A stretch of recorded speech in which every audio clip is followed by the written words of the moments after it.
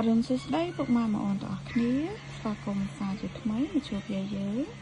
នៅព្រឹកនេះដែរយាយយើងមានដំណើរថ្មីសម្រាប់ពុកម៉ែបងប្អូនទស្សនានឹងមើលកំសាន្តលេងប្រចាំថ្ងៃទី8ខែ6 2025ដំណើររបស់យាយក៏មានប៉ុណ្ណឹងហើយយាយក៏មានសបិននិយាយជូនពុកម៉ែបងប្អូនសាកំសាន្តដូចគ្នាតែមុននឹងនិយាយសបិនយាយក៏សូមពងពុកម៉ែបងប្អូនចូលរួមទស្សនាទាំងអស់គ្នាកុំភ្លេចជួយចុចពាក្យ like share subscribe ពុកបណ្ដឹងឲ្យ channel យាយម្នាក់មួយផងបងណាដើម្បីទទួលបានវីដេអូក្រោយៗក៏ដូចជាពុកម៉ែបងប្អូនចង់បានដំណើរតាមម៉ោងក៏សូមចុច link និយាយដាក់លើ comment ហ្នឹងទៅចានៅទីនោះមានទទួលកត់ពុកម៉ែបងប្អូនណាតោះចឹងពុកម៉ែបងប្អូនចូលមកស្ដាប់សបិនយាយមិញយាយសបិនឃើញចាដើរនៅក្នុងទឹកបេះតកូនបងអូនតកូនបឆដូចតកូនត្រូវទឹកភ្លៀងអញ្ចឹងស្រស់ញ៉ាំហ្មងឡើងខ្ចីលវក់